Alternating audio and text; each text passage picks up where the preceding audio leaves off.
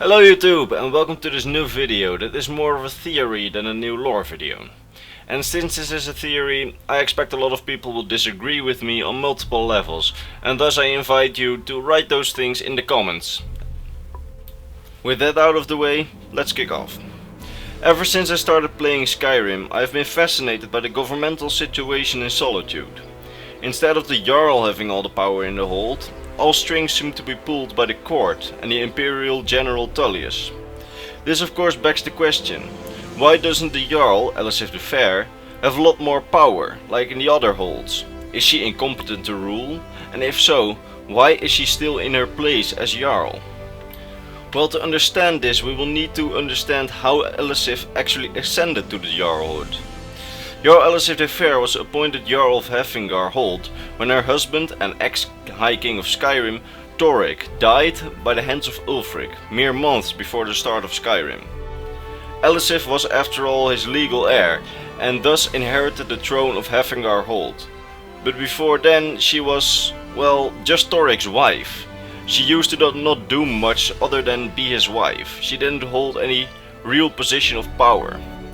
And then suddenly she was appointed to be Jarl of Hafingar, a major hold in Skyrim, and got all the responsibilities that come with it.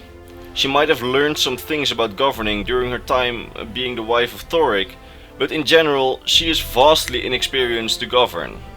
And that's the biggest reason I think she doesn't have much power, her inexperience.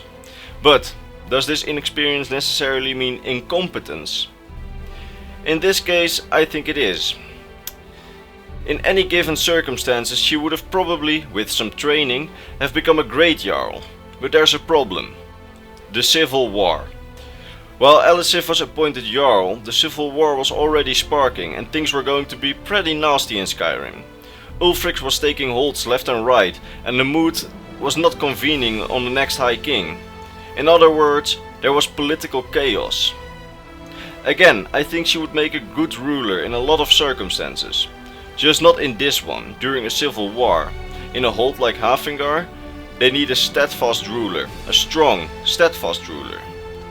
Because do not forget, Solitude is the center of imperial authority in Skyrim. From there, the civil war on the Empire side needed to be coordinated and managed. Elisif is just not fit for that position. She is too inexperienced to work with a military governor like Tullius and assist him in the war. But why then? If she is so unfit to govern, is she still in her place as Jarl? We know that her court mostly despises her. The Thanes do not respect her at all. Her own court wizard goes as far as to say that she will be replaced within months in the court. And Falk Firebeard, her steward, seems to be running all business in the hold. And on top of that, there's General Tullius, who can just override anything the court and Elisif say, and seemingly regularly does so. So that again begs the question, why is she still in place?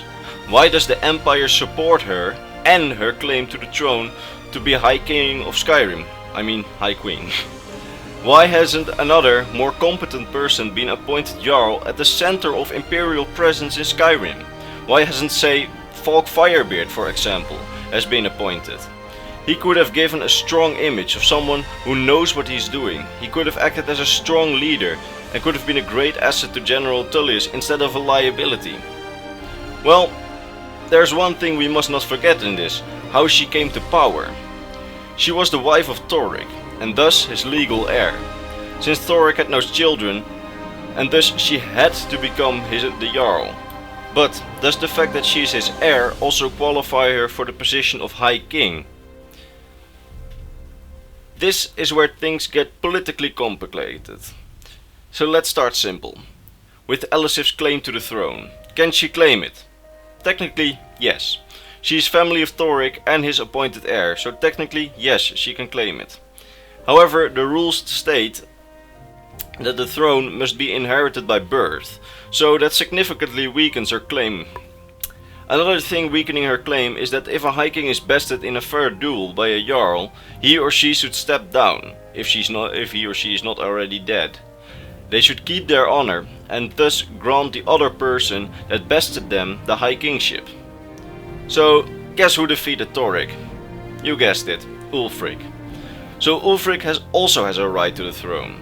But again, his claim is also weakened by the fact that some say that the duel was not fair. This is of course just a matter of interpretation and a large cause of unrest in Skyrim. Basically, Skyrim is debating over the question: should we be justifying assassination as a valid school of government? To which Morrowind answers, obviously, what could go wrong? But Skyrim at this point is not too comfortable with this, because the rules on these duels are rather vague regarding the defeat of an opponent. So if Ulfric merely had to defeat Torrik, he did not have to kill him, and thus Ulfric should be a murderer. But again, this is highly debatable because of the unclear rules of the duel. Well, at this point we've only forgotten one major factor in this political clusterfuck. The Empire. The Empire is backing Elisif's claim. But why? Why is the Empire supporting her claim? Why don't they select someone more experienced and competent to claim rule over Skyrim? Why did they approve of Elisif even taking the Jarlship over Hefengar, when she's so terribly incompetent and inexperienced? Well, it's probably because the Empire wants to keep order in the holds they are still controlling. The Empire wants Elisif to be a symbol. A symbol that some random dude like Ulfric cannot just walk into the Blue Palace, assassinate the king and then just take over all political power in Skyrim. If they would replace her with someone not related to Torrik, someone like, let's say, Falk Firebeard again, they would send a message that they can just replace her with any other person. So people could start wondering, why not Ulfric, since he knows how to govern and has, well, a lot of right to the crown. Another reason for the Empire to want to keep Elisif as ruler is that if they were to replace her with some Nord, well, the Nords would see it as breaking their tradition. So some more Nords would get upset, on top of the ones that are already upset, and Ulfric would get even more support. This entire political clusterfuck has resulted in the situation we have at the start of Skyrim, with the court basically babysitting Elisif and General Tullius and Falk Firebeard de facto running the hold. Elisif does not even have the chance to achieve her potential. And she will not get any chance of escaping the veil of inexperience and incompetence until the civil war is over.